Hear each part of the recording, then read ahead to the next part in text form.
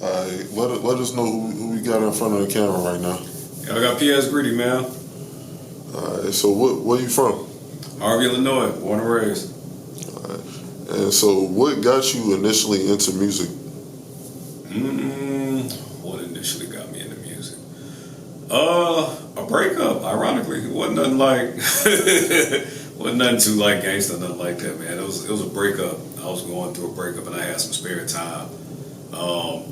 I think mentally I was going through a lot at that time too. My grandfather had just passed. My great grandmother just passed. They passed in the same week, so I needed a new outlet. So I think that breakup kind of shifted me to find a creative outlet. So I started writing raps. They was like real Drake sounding, like real breakup type shit. So I think that's what my first notebook was. It was that.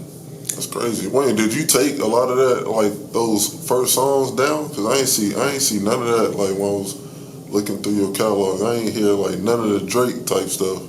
So for maybe 3 to 4 years, I just wrote and I never recorded. Okay, Yeah. that makes sense. So that makes sense. My first notebook is like 80 raps that I never recorded. Wow. All right. So did you ever think about like probably like revising them and then putting them out later? I did. I even thought about like, I hate to admit this, I even thought about like using AI and kind of create like some sort of assimilation of a younger me.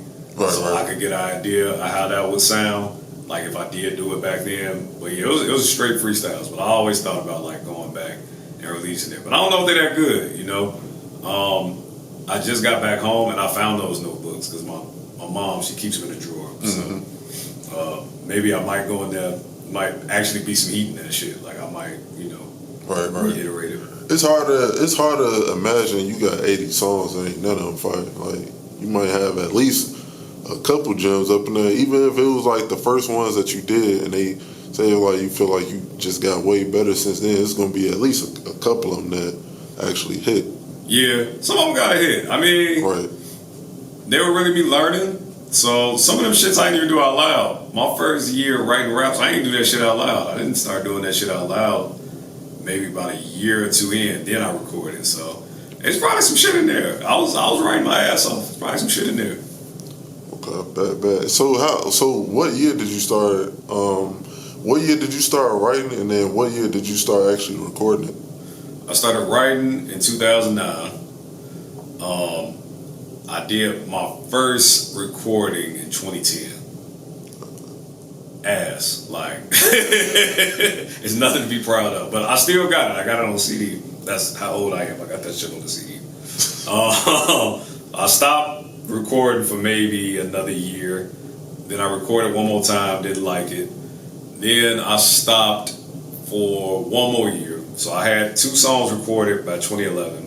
I stopped for 2 years. Then in 2013, I recorded and consistently kept recording in 2013. Makes sense. So you started around the same time that Currency started his big wave and stuff, and that actually bring me to something else, right? So I know back in I think it was 2024, I believe Currency had a show out here in Chicago. You contacted his team to open up for him, but you was denied. So why did they deny you? Oh man, that was a really good learning experience. I got denied just because I didn't have the following. Right. And it was also in Chicago. They saw that I lived in LA. They didn't know I was actually from Chicago. So because of the lack of following and the fact that I did live in Chicago, they just weren't certain about the guarantee. Oh yeah, that makes sense. So the pool wasn't there, but it was a good learning experience. If anything, it taught me that the following does matter, and I have to have something to show for myself. So that was a good learning experience. And the person who got it, I actually have a song with them. So the person that they denied me for, and they ended up getting it, I couldn't have thought of a better person to receive it. Teddy, he puts in a lot of work, and he's a really dope artist. So, yeah, it's just a learning experience. That's all this shit is, man. You can't let it break you. No, yeah, that definitely makes sense, and I'm glad you actually looked at that in a positive manner. One song that you got is called Ratchet and Clank, and on the chorus you said, "I ain't popping out just to kick it. I'm playing the game. I got hoes on my line steady calling while I'm playing Ratchet and Clank." That kind of remind me of like the Currency line in the song from Breakfast.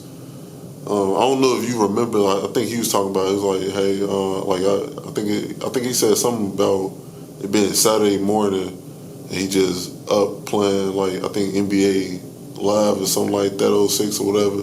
It's pretty much just talking about like regular stuff as opposed to like, the regular rap song. They kind of like bragging and stuff. He's talking about a lot of stuff that the average person can't really relate to. So do you? And a lot of people they classify that as like lifestyle rap. You talk about like just regular lifestyle stuff. Do you consider your music lifestyle rap? Because I know it's not mellow like a lot of like people like Larry June, Primo Rice, or Currency and stuff like that, or even like Wiz and stuff like that. But the content that you talk, like the stuff that you actually talking about, is pretty much like similar though. So do you consider your music the same as like lifestyle rap? That's a good question.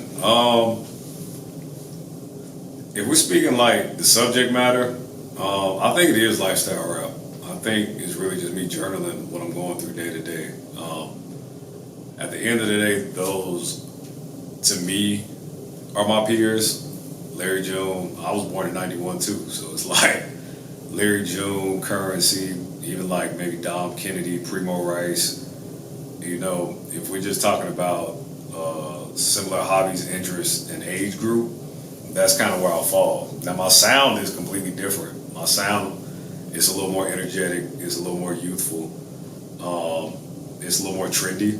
But I think how I brand myself with a little more relatability, like the lifestyle rappers. So that's just my way of standing out, choosing a different sound. I can't obviously be a carbon copy of the other lifestyle rappers. So it's just a way to separate myself. But yeah, for sure, I think I am a lifestyle rapper in a way. Right. So another thing too, so gaming culture is like a huge part of your brand, and you reference it a lot in your music. That's different than a lot of artists that's coming from Chicago, especially around the time that you started rapping and came out. Around that time, you had the birth of the drill scene and stuff like that. It was like the hugest thing since, like, when drill came out, it was like the biggest thing since gangster rap, for real. So with that being said, do you feel like your personal brand, as far as like you just being yourself and being different than you a Chicago artist that don't rap drill, do you think that actually helps or hurt your popularity and growth? It's a double-edged sword. When I first started rapping, you gotta realize, like, I think I did my first tape, or began recording my first tape, like, months after Finally Rich came out. So, what I did have, I had the privilege of being around, like, the Save Money, kind of Saba, that wave. So I had the privilege of experiencing that wave. So for a minute, I had a lane where I could feed into that. But after that died down, drill kind of really overtook Chicago. So after drill became the dominant presence, it was hard. I didn't see any type of resurgence in what I was doing until I did move to LA. I think because drill had that dominance, like we said, this is like Chicago's form of gangster rap. So being that this is the dominant presence in Chicago, it's not that Chicago isn't versatile. It's just, it's not open to being as versatile as it could be in the mainstream, per se. So going to LA, that really helped because, it's a transplant culture out there, so I can be diverse, and it's accepted. So yeah, in a way, being in Chicago and doing what I'm doing, it does hurt, but I think a big thing I have to take accountability on is like marketing this to people who don't necessarily want it, right? So now that I'm finding my own market, you know, it doesn't matter if you're from Chicago, it don't matter if you're from LA, it doesn't matter if you're from New York, it don't matter if you're from Baltimore, it doesn't matter where you're from. Now I'm just tribe finding at this point. So now that I realize that there's a world outside of Chicago, you know, I can find the tribe. And that's what I learned in LA. Now, I don't think I had to go to LA to do that, but since I found it in LA and it started in LA, I think I should build it in LA. But that's what I had to learn. My music is going to be a tribe thing. It's not going to be a regional thing.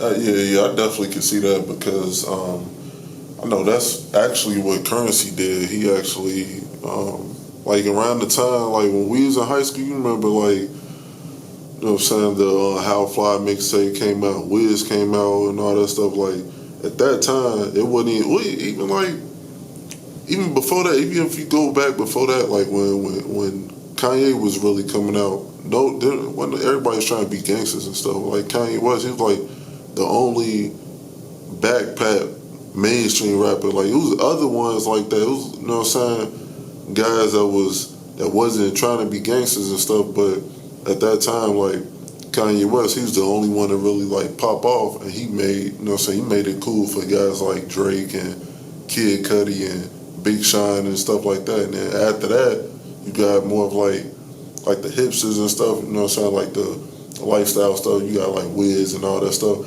When you actually find your specific audience and stuff, you would definitely go crazy.